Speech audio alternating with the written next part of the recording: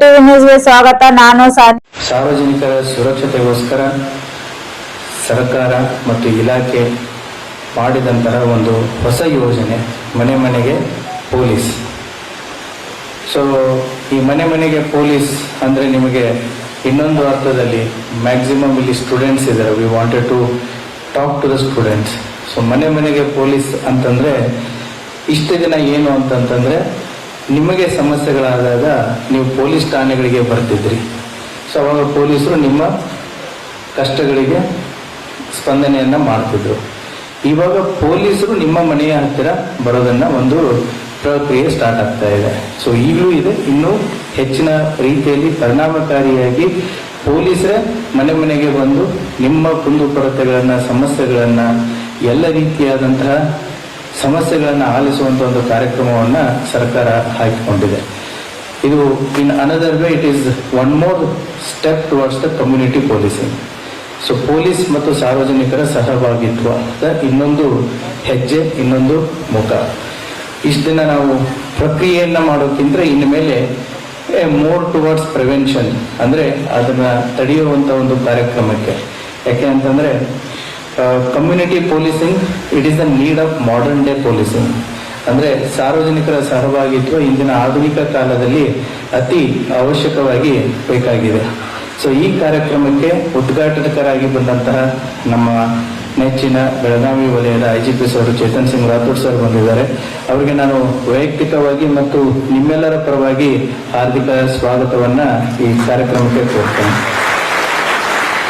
ನೀವು ಅನ್ಕೊಂಡಿರ್ಬೋದು ಏನಿದು ಪೊಲೀಸ್ ಕಾರ್ಯಕ್ರಮ, ಯಾಕೆ, ಏನು ಅಂತಂತೇಳಿ. ಸಾಕಷ್ಟು ಜನ ವಿದ್ಯಾರ್ಥಿಗಳಿದ್ದೀರಾ. ಸೊ ಯಾಕಂತಂದ್ರೆ you are the future of our country. So ನೀವು ನಮ್ಮ ಸಮಾಜವನ್ನ ಮತ್ತೆ ಮುಂಬರುವಂತಹ ಪೀಳಿಗೆಯನ್ನ ಮತ್ತೆ ನಿಮ್ಮ ತಂದೆ ತಾಯಿ ಹಿಂದಿನ ಪೀಳಿಗೆಯನ್ನ ನೀವು ಕನೆಕ್ಟ್ ಮಾಡುವಂತ ಕೆಪಾಬಿಲಿಟಿ ಇರೋರು. ಇಲ್ಲಿ ನೀವೇನು ಮೆಸೇಜನ್ನ ತಗೋತೀರ ಇದನ್ನ ನಿಮ್ಮ ಮನೆಗೆ ಹೋಗಿ ನಿಮ್ಮ ಪೇರೆಂಟ್ಸ್ಗೂ ಹೇಳ್ತೀರಾ, ನಿಮ್ಮ ಚಿಕ್ಕವ್ರಿಗೂ ಹೇಳ್ತೀರಾ, ನಿಮ್ಮ ಮನೆಯಲ್ಲಿ ಇದ್ದವ್ರಿಗೂ ಹೇಳ್ತೀರಾ, ನಿಮ್ಮ ಹಳ್ಳಿಯಲ್ಲಿದ್ದಂಥ ಜನಕ್ಕೂ ಹೇಳ್ತೀರಾ. So just I want to give the background. ಏನು ಅಂತಂತಂದ್ರೆ ಯಾಕೆ ಪೊಲೀಸ್ ವ್ಯವಸ್ಥೆ ಒಂದು ಏನು ಇವತ್ತಿನಂತಲ್ಲ, ಇದು ಇತಿಹಾಸದ ಗತಕಾಲದಿಂದಲೂ ಕೂಡ ಬೇರೆ ಬೇರೆ ರೀತಿಯಲ್ಲಿ ಪೊಲೀಸ್ ತನ್ನ ಕಾರ್ಯವನ್ನ ನಿರ್ವಹಿಸ್ತಾ ಇದೆ. ಸೊ ನೀವು ಸಿವಿಲೈಸೇಷನ್ಸ್ಗಳನ್ನ ಓದಿರ್ಬೋದು, ಇಂಡಸ್ ಸಿವಿಲೈಸೇಷನ್ ಆಗಿರ್ಬೋದು ಅಥವಾ ರೋಮ್ ಸಿವಿಲೈಸೇಷನ್ ಆಗಿರ್ಬೋದು. ಎಲ್ಲ ಸಿವಿಲೈಸೇಷನ್ಸ್ಗಳನ್ನು ಕೂಡ it was in the form of army. ತನ್ನದೇ ಆದಂಥ ಕ್ಷೇತ್ರವನ್ನ, ತನ್ನದೇ ಆದಂಥ ವ್ಯಾಪ್ತಿಯನ್ನ ಏನು ಸೆಕ್ಯೂರ್ ಮಾಡ್ಕೊಳ್ಳೋದಕ್ಕೆ ಇದ್ದಂಥ ಒಂದು ವ್ಯವಸ್ಥೆ. ಬರೀ ಇದು ಬದುಕೋದಕ್ಕೆ ಅಥವಾ ರೈಟ್ ಟು ಲೈಫ್ ಅಥವಾ ಅದಕ್ಕಂತ ಇದ್ದಂಥದ್ದಲ್ಲ. ಅಲ್ಲಿ ನಡೀತಾ ಇರುವಂಥ ಜನರ ಕಲ್ಚರ್ ಆಗಿರ್ಬೋದು, ಅವರ ವ್ಯಾಪಾರ ಆಗಿರ್ಬೋದು, ಸಂಸ್ಕೃತಿ ಆಗಿರ್ಬೋದು, ಅದನ್ನೆಲ್ಲ ಪ್ರೊಟೆಕ್ಷನ್ ಮಾಡುವಂಥದ್ದು ರೀತಿಯಲ್ಲಿ ಇತ್ತು. ಅದೇ ರೀತಿ ನೀವು ಸಾಕಷ್ಟು ಇತಿಹಾಸದಲ್ಲಿ, ಭಾರತದ ಇತಿಹಾಸದಲ್ಲಿ ಓದ್ತೀರ, ಚಕ್ರವರ್ತಿಗಳನ್ನ ನೋಡ್ತೀರಾ, ರಾಜ ಮಹಾರಾಜರುಗಳನ್ನ ನೋಡ್ತೀರಾ. ಅವರದೇ ಆದಂಥ ಒಂದು ಸೈನ್ಯವನ್ನ ಇಟ್ಟುಕೊಂಡು ಅವರದೇ ಆದಂಥ ಒಂದು ಏರಿಯಾವನ್ನ, ಕಲ್ಚರನ್ನ, ಟ್ರೇಡನ್ನ, ಪ್ರತಿಯೊಂದನ್ನ ಸಂರಕ್ಷಣೆಯನ್ನ ಮಾಡ್ಕೊತಾ ಇದ್ರು. ಅದೇ ಬ್ರಿಟಿಷರು ಬಂದ್ರೆ ಏನ್ ಮಾಡಿದ್ರು? ಅವ್ರದ್ದು ಉದ್ದೇಶ ಪೊಲೀಸಿಂಗ್ ಸಿಸ್ಟಮ್ ಏನು ಅಂತಂದ್ರೆ to have a control over the law and order. ಅಂದ್ರೆ ರೆವಿನ್ಯೂ ಕಲೆಕ್ಷನ್ ಅವ್ರದ್ದು ಮೇನ್ ಇಂಪಾರ್ಟೆಂಟ್ ಇತ್ತು. ವ್ಯಾಪಾರ, ವ್ಯವಹಾರ, ಟ್ರೇಡ್ ಬಹಳ ಇಂಪಾರ್ಟೆಂಟ್ ಇತ್ತು. So it is a more of a controlling approach. When the British started, ಈಗ ಏನು 1861 ಒಂದು ಕಾಯ್ದೆಯನ್ನು ಜಾರಿಗೆ ತರ್ತಾರೆ. So it was more towards controlling ಅಂತಂದ್ರೆ ಅವರ ವ್ಯಾಪಾರ ವಹಿವಾಟಿಗೆ ಯಾವುದೇ ರೀತಿಯಾದಂಥ ತೊಂದರೆಗಳು ಆಗದೇ ರೀತಿ ಅಂತಂತ ಹೇಳಿ. ಈಗ 1861 ದಾಟಿ ನಾವು ಎಲ್ಲಿ ಬಂದಿದ್ದೀವಿ? 2025. ಸುಮಾರು 165 ವರ್ಷಗಳ ಒಂದು ಗ್ಯಾಪ್ ಇದೆ. ಆಗಿನ ಕಾಲಮಾನಕ್ಕೆ ಏನು ಅವಶ್ಯಕತೆ ಇತ್ತು ಅದು ಅವಾಗ ಸರಿ ಇತ್ತು. ಬಟ್ ಇವತ್ತಿನ ಕಾಲಮಾನದಲ್ಲಿ ಈ ಎಲ್ಲವನ್ನ ಓದಿದಾಗ yes, security is required, force is required, but ಅವರ ಜವಾಬ್ದಾರಿ ಮತ್ತೆ ಬೇರೆ ಬೇರೆ ರೀತಿಯಲ್ಲಿ ಬೇರೆ ಬೇರೆ ಸಂದರ್ಭಕ್ಕೆ ಬದಲಾವಣೆ ಆಗ್ತಾ ಹೋಗಿದೆ. ಅದೇ ರೀತಿ ಇವತ್ತಿನ ದಿನಮಾನಗಳಲ್ಲಿ ಒಂದು ಆಧುನಿಕ ಕಾಲದಲ್ಲಿ 21ನೇ ಶತಮಾನದಲ್ಲಿ ಪೊಲೀಸಿಂಗ್ ಅಂದ್ರೆ ಬರೇ ಕಾನೂನು ಸುವ್ಯವಸ್ಥೆ ಅಷ್ಟೇ ಅಲ್ಲ, ಇಟ್ ಇಸ್ ಏನು modern day requirement. Community policing ಅಂದ್ರೆ ಸಾರ್ವಜನಿಕರ ಜೊತೆಗೆ ಪೊಲೀಸ್ ಇಲಾಖೆ ಅಂತಂತ ಹೇಳಿ. ಯಾಕಂದ್ರೆ ನಮ್ಮದು ಭಾರತ ಎಂಥ ದೇಶ? ಇದು ಒಂದು ಅತಿ ದೊಡ್ಡದಾದಂಥ ದೇಶ. ಸುಮಾರು 141 ಕೋಟಿ ಜನ ಇರುವಂತಹ ದೇಶ. ಎಷ್ಟು ರಾಜ್ಯಗಳಿವೆ, ಎಷ್ಟು ಜಿಲ್ಲೆಗಳಿವೆ, ಎಷ್ಟು ಭಾಷೆಗಳಿವೆ, ಎಷ್ಟು ಧರ್ಮಗಳಿವೆ. ಸೊ ಅವರವರ ಆಚರಣೆಗಳು ಹೇಗಿದೆ, ಅವರವರ ವೇಷಭೂಷಣಗಳು ಹೇಗಿವೆ, ಇವೆಲ್ಲ ಬೇರೆ ಬೇರೆ ಒಂದು ಕಾಂಪ್ಲೆಕ್ಸ್ ಸಿಸ್ಟಮ್ ಇದೆ. ಈ ಕಾಂಪ್ಲೆಕ್ಸ್ ಸಿಸ್ಟಮ್ಗೆ 141 ಕೋಟಿ ಪಾಪ್ಯುಲೇಷನ್ ಜನಕ್ಕೆ ಇಷ್ಟೊಂದು ಕಾಂಪ್ಲೆಕ್ಸಿಟಿ ಇರುವಂತಹ ಒಂದು ಸಮಾಜಕ್ಕೆ, ಒಂದು ದೇಶಕ್ಕೆ the need of the hour is community policing. So ಆ ಹಿನ್ನೆಲೆಯಲ್ಲಿ ಈ ಕಾರ್ಯಕ್ರಮ ಏನಿದೆ ಇವಾಗ ಮನೆ ಮನೆ ಪೊಲೀಸಿಂಗು ಪ್ರಾರಂಭ ಆಗ್ತಾ ಇದೆ. ಸೊ ನೀವು ಈ ಕಮ್ಯುನಿಟಿ ಪೊಲೀಸಿಂಗ್ ಮಾಡರ್ನ್ ಡೇದಲ್ಲಿ ನೀವು ನೋಡಿದಾಗ just I want to give the background. ಇದು ಸ್ಟಾರ್ಟೆಡ್ ಇನ್ 1829 ಲಂಡನ್ ಪೊಲೀಸ್ದಲ್ಲಿ ಸ್ಟಾರ್ಟ್ ಆಗುತ್ತೆ. ನಂತರ 1960, 70s USA ಸ್ಟಾರ್ಟ್ ಆಗುತ್ತೆ. ಭಾರತದಲ್ಲಿ ಸುಮಾರು 1990, 2000 ಕರ್ನಾಟಕ ಆಗಿರ್ಬೋದು, ತಮಿಳುನಾಡು ಆಗಿರ್ಬೋದು, ಕೇರಳ ಆಗಿರ್ಬೋದು ಈ ಅಪ್ರೋಚ್ ಅನ್ನ ಮಾಡರ್ನ್ ಡೇ ಪೊಲೀಸಿಂಗ್ ಏನು ಕಮ್ಯುನಿಟಿ ಪೊಲೀಸಿಂಗ್ ಇದೆ ಅದನ್ನ ಅಡಾಪ್ಟ್ ಮಾಡ್ಕೊಳ್ಳೋದಕ್ಕೆ ಒಂದು ಸ್ಟಾರ್ಟ್ ಮಾಡ್ತೀವಿ.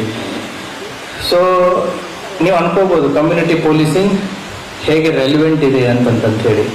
ಸೊ ನಮ್ಮ ಕಾನ್ಸ್ಟಿಟ್ಯೂಷನ್ ದಲ್ಲಿನೂ ಕೂಡ ಅಂಬೇಡ್ಕರ್ ಅವರು ಬರೆದಂತ ಸಂವಿಧಾನದಲ್ಲಿನೂ ಕೂಡ ಹಲವಾರು ಅಂಶಗಳಿದೆ.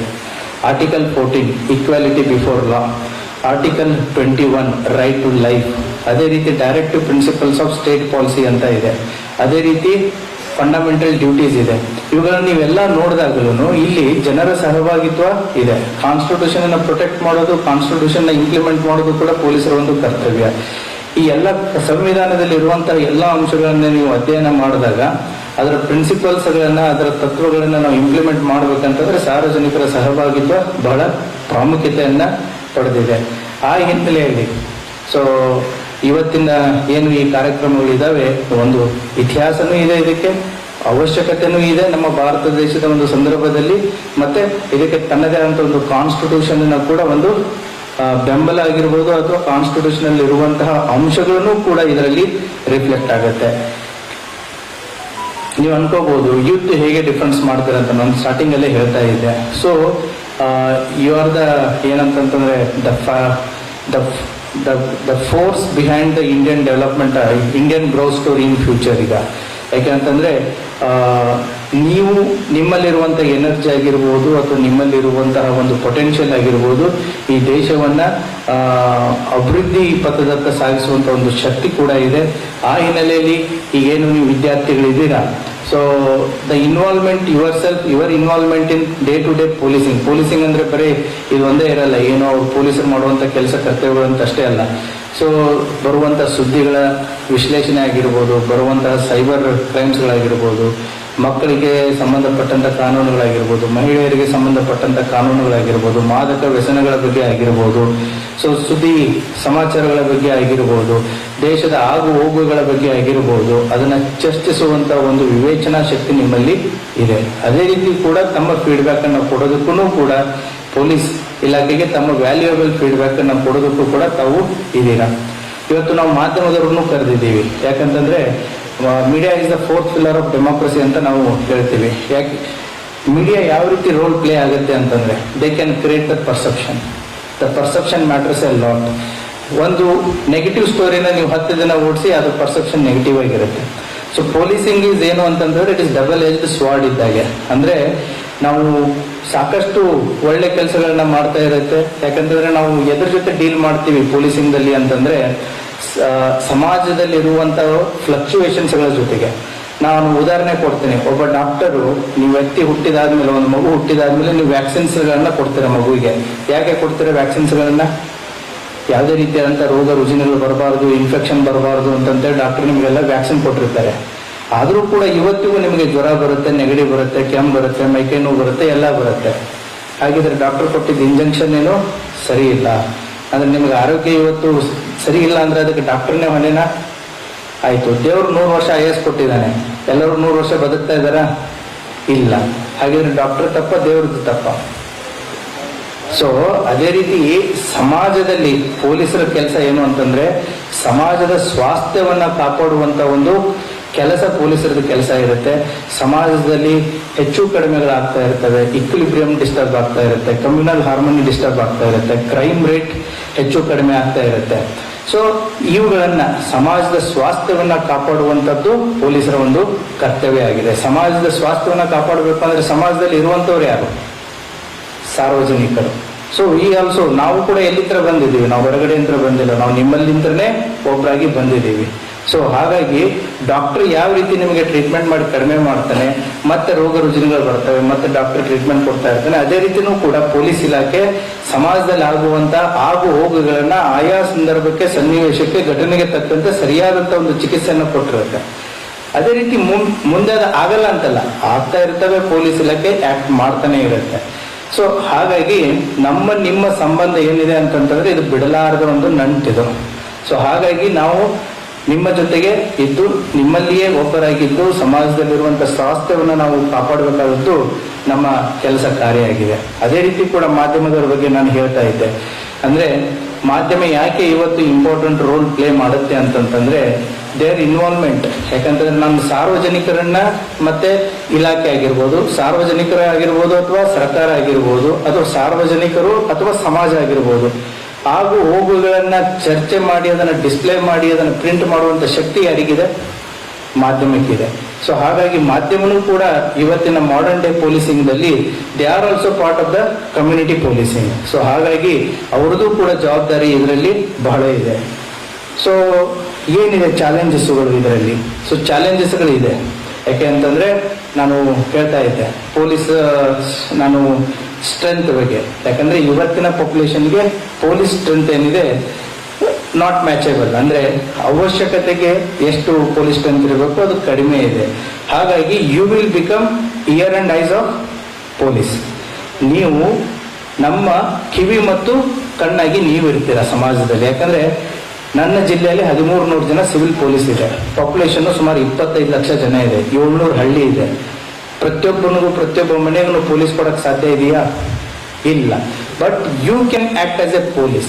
ಯಾವ ರೀತಿ? ಪೊಲೀಸರಿಗೆ ಮಾಹಿತಿದಾರನಾಗಿ, ಪೊಲೀಸರ ಕಣ್ಣಾಗಿ, ಪೊಲೀಸರಿಗೆ ಸಾಕ್ಷ್ಯಾಗಿ, ಪೊಲೀಸರಿಗೆ ಬೆನ್ನಿಗೆ ಬೆನ್ನು ಕೊಟ್ಟು, ಹೆಗಲಿಗೆ ಹೆಗಲು ಕೊಟ್ಟು ಜವಾಬ್ದಾರಿಯನ್ನ ಮಾಡೋದ್ರಲ್ಲಿ.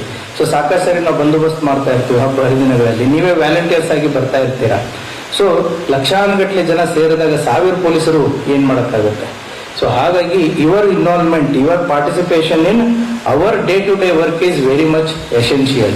ಸೊ ನೀವು ಕೈ ಜೋಡಿಸಿದಾಗ ಏನಾಗುತ್ತೆ ಅಂತಂದ್ರೆ ಒಂದು ಸಮಾಜದಲ್ಲಿ, ಒಂದು ಊರಲ್ಲಿ ಒಂದು ಸ್ವಾಸ್ಥ್ಯವನ್ನ ಕಾಪಾಡೋದ್ರಲ್ಲಿ ನಾವು ಯಶಸ್ವಿ ಆಗ್ತೀವಿ. ಆ ಹಿನ್ನೆಲೆಯಲ್ಲಿ ಇವತ್ತಿನ ಆಧುನಿಕ ಕಾಲದಲ್ಲಿ ಸಾರ್ವಜನಿಕರ ಸಹಭಾಗಿತ್ವ ಇನ್ನು ಪೊಲೀಸ್ ಇಲಾಖೆಯಲ್ಲಿ ಬಹಳ ಅವಶ್ಯಕತೆ ಇದೆ. ಸೊ ಅದಕ್ಕೆ ಏನು ಅಂತಂದ್ರೆ ಈ ಪೊಲೀಸ್ ಇಲಾಖೆ ಹೇಗೆ ಯಾವ ರೀತಿ ಕೆಲಸ ಇದೆ ಅನ್ನೋದನ್ನಂತಂದ್ರೆ ಒಂದು ಈ ಧೈರ್ಯ ಮತ್ತು ತ್ಯಾಗ. ಸೊ ಧೈರ್ಯ ಮತ್ತು ತ್ಯಾಗ ಈ ಪೊಲೀಸ್ ಇಲಾಖೆಯ ಒಂದು ಸಿಂಬಲ್ ಆಗಿ ಇದೆ. ಯಾಕೆ ಅಂತಂದ್ರೆ ಇವೆರಡು ಇಲ್ಲ ಅಂತಂತಂದ್ರೆ, ಒಂದು ಧೈರ್ಯ ಮತ್ತೆ ಒಂದು ತ್ಯಾಗ, ಇವೆರಡು ಇಲ್ಲ ಅಂತಂತಂದ್ರೆ ಪೊಲೀಸಿಂಗ್ ಮಾಡೋದು ಕಷ್ಟ. ನೀವು ಯಾವುದೇ ಒಬ್ಬ ವ್ಯಕ್ತಿ ನೋಡಿ, ಒಬ್ಬ ಪೊಲೀಸು ಒಂದು ಜಾಗದಲ್ಲಿ ಒಂದು 4-5 ವರ್ಷ ಕೆಲಸ ಮಾಡಿದ್ರೆ over A period of time ಒಂದು 50% ಜನ ಫ್ರೆಂಡ್ಸ್ ಆಗಿರ್ತಾರೆ, 50% ಜನ ಏನಾಗಿರ್ತಾರೆ. ಸೊ ಯಾಕೆ ಅಂತಂದ್ರೆ ನಾವು ತಗೊಳ್ಳುವಂತ ನಿರ್ಧಾರ ಆಗಿರುತ್ತೆ. ನಾವೆಲ್ಲರನ್ನೂ ಖುಷಿ ಪಡ್ಸಕ್ಕಾಗಲ್ಲ. ನಾವು ತಗೊಳ್ಳುವಂತ ನಿರ್ಧಾರ ಕೆಲವೊಬ್ಬರಿಗೆ ಇಷ್ಟ ಆಗುತ್ತೆ, ಕೆಲವೊಬ್ಬರಿಗೆ ಇಷ್ಟ ಆಗಲ್ಲ. ನಾವು ಯಾರ ಅಡಿಯಲ್ಲಿ ಕೆಲಸ ಮಾಡ್ತಾ ಇರ್ತೀವಿ? ಒಂದು ಸಂವಿಧಾನದ ಅಡಿಯಲ್ಲಿ, ಒಂದು ಕಾನೂನಿನ ಅಡಿಯಲ್ಲಿ ಕೆಲಸ ಮಾಡ್ತಾ ಇರ್ತೀವಿ. ಸೊ ಆ ಹಿನ್ನೆಲೆಯಲ್ಲಿ ಇವತ್ತಿನ ಏನು ದ ಪರ್ಪಸ್ ನಿಮಗೆ ನಾನು ಏನು ಹೇಳಿದ್ದೀನಿ. ಸೊ ಇವತ್ತು ಆ ಮನೆ ಪೊಲೀಸಿಗೆ ಏನೆಲ್ಲ ಕೆಲಸ ಕಾರ್ಯಗಳನ್ನ ನಾವು ಮಾಡ್ತೀವಿ ಅಂತಂತೇಳಿ ಮಾನ್ಯ IGP ಸಾಹೇಬರು ಇದನ್ನೊಂದು ಟ್ಯಾಂಪ್ಲೆಟ್ ಅನ್ನ ಬಿಡುಗಡೆ ಮಾಡ್ತಾರೆ. ಅದನ್ನು ಕೂಡ ನಿಮಗೆ ಕೊಡಲಾಗುತ್ತೆ. ಸೊ ಪೊಲೀಸರು ಇದನ್ನ ಮನೆಗೆ ಬಂದು ಇಡೀ ಜಿಲ್ಲೆಯಲ್ಲಿ ಪ್ರತಿಯೊಂದು ಮನೆಗೂ ಒಂದು ತಲುಪಿಸುವಂತ ಕೆಲಸ ಕಾರ್ಯಗಳನ್ನ ಮಾಡ್ತಾರೆ. ಇದರಲ್ಲಿ ಏನು ಇದರ ಪರ್ಪಸ್ ಏನು, ಯಾವ ರೀತಿ ಡಿಸೈನ್ ಇದೆ, ಪೊಲೀಸರಿಗೆ ಏನು ನಾನು ಹೇಳ್ಬೇಕಂತಂದ್ರೆ, ಆಡು ಮುಟ್ಟದ ಸೊಪ್ಪಿಲ್ಲ ಅಂತಂತ ಹೇಳ್ತಾರೆ. ಆಡು ತಿನ್ನದೇ ಇರುವಂತ ಸೊಪ್ಪಿಲ್ಲ ಅಂತಂತೇಳಿ ಪೊಲೀಸ್ ಇಲಾಖೆಗೆ ಗೊತ್ತಿಲ್ಲದ ಕೆಲಸ ಇಲ್ಲ. ಸೊ ಎಲ್ಲ ಇದೆ ಇದರಲ್ಲಿ. So everything is there. ಹೌದಾ? ಇದು ಇಲ್ಲ ಅನ್ನೋ ಈಗಿಲ್ಲ. ಸಮಾಜದ ಅದೇ ಇದೆ, ನಾನು ಸಮಾಜದ ಸ್ವಾಸ್ಥ್ಯ ಜೊತೆಗೆ ಹೋರಾಡ್ತಾ ಇದ್ದೀವಿ ಅಂದ್ರೆ, ಸಮಾಜದ ಸ್ವಾಸ್ಥ್ಯ ಜೊತೆಗೆ ನಾವು ಕೆಲಸ ಮಾಡ್ತಾ ಇದ್ದೀವಿ ಅಂದ್ರೆ ಸಮಾಜದಲ್ಲಿ ಆಗುವಂತ ಪ್ರತಿಯೊಂದು ಅಂಶ ಕೂಡ ಇದರಲ್ಲಿ ಬರ್ತಾ ಇದೆ. ಬಟ್ ಎಷ್ಟರ ಮಟ್ಟಿಗೆ ನಾವು ಅದಕ್ಕೆ ರೆಸ್ಪಾನ್ಸ್ ಮಾಡೋಕ್ಕಾಗುತ್ತೆ? ನಮ್ಮ ಅಧಿಕಾರದ ಪರಿಮಿತಿಯಲ್ಲಿ, ಅಧಿಕಾರದ ಲಿಮಿಟೇಷನ್ಸ್ಗಳಲ್ಲಿ ಯಾವುದಕ್ಕೆ ಎಷ್ಟು ಯಾವ ಹಂತದಲ್ಲಿ ನಾವು ಅದಕ್ಕೆ ರೆಸ್ಪಾಂಡ್ ಮಾಡೋಕ್ಕಾಗುತ್ತೆ ಅನ್ನೋದನ್ನು ಕೂಡ ಇದರಲ್ಲಿ ಕೊಡಲಾಗಿದೆ. ಸೊ ಇದರಿಂದ ಯಾವ್ಯಾವ ರೀತಿಯ ಅನುಕೂಲಗಳು ನಿಮಗೆ ಆಗುತ್ತೆ, ಪೊಲೀಸ್ ಇಲಾಖೆಗೆ ಆಗುವಂತ ಎಲ್ಲ ಅಂಶಗಳನ್ನ ಕೊಟ್ಟಿದ್ದೀವಿ. ಅದೇ ರೀತಿ ಕೂಡ ಸಾರ್ವಜನಿಕರ ಸೇವೆಗೋಸ್ಕರ ಸರ್ಕಾರದಿಂದ ರಚಿತವಾಗಿರುವಂತಹ ಎಲ್ಲ ಏನು ಸಹಾಯವಾಣಿಗಳ ವಿವರಣೆ ಇದೆ. ಸೊ ಹೀಗಾಗಿ ಈ ಸರ್ಕಾರದ ಒಂದು ವಿನೂತನ ಕಾರ್ಯಕ್ರಮ the need of the hour is the community policing. So ಆ ಹಿನ್ನೆಲೆಯಲ್ಲಿ ಇವತ್ತಿನ ದಿನ ನಾವು ವಿಜಯಪುರ ಜಿಲ್ಲೆಯಲ್ಲಿ ಅಫಿಷಿಯಲ್ ಆಗಿ ಇವತ್ತು ನಾವು ಇದನ್ನು ಲಾಂಚ್ ಮಾಡ್ತಾ ಇದ್ದೀವಿ. ಮಾನ್ಯ ಗೃಹ ಸಚಿವರು ಈಗಾಗಲೇ ಬೆಂಗಳೂರಲ್ಲಿ ಸುಮಾರು 1 ವಾರದ ಹಿಂದೆ ಲಾಂಚ್ ಮಾಡಿದ್ದಾರೆ. ಈಗಾಗಲೇ ನಮ್ಮ ಹಳ್ಳಿಗಳಲ್ಲಿ ನಮ್ಮ ಪೊಲೀಸರು, ಬೀಟ್ ಪೊಲೀಸರು ಈಗಾಗಲೇ ಈ ಕಾರ್ಯಕ್ರಮವನ್ನ ಪ್ರಚುರ ಪಡಿಸ್ತಾ ಇದ್ದಾರೆ. ಇವತ್ತು ನಾವು ಜಿಲ್ಲಾ ಪೊಲೀಸರು ನಿಮ್ಮ ಮುಂದೆ ಬಂದು ಈ ವಿನೂತನವಾದಂತಹ ಒಂದು ಪ್ರಯೋಗವನ್ನ, ಕಾರ್ಯಕ್ರಮವನ್ನ ಮುಂದಿಡ್ತಾ ಇದ್ದೀವಿ. ದ ರಿಕ್ವೆಸ್ಟ್ ಏನು ಅಂತಂತಂದ್ರೆ ಪ್ಲೀಸ್ ಪಾರ್ಟಿಸಿಪೇಟ್ ಇನ್ ಇಟ್.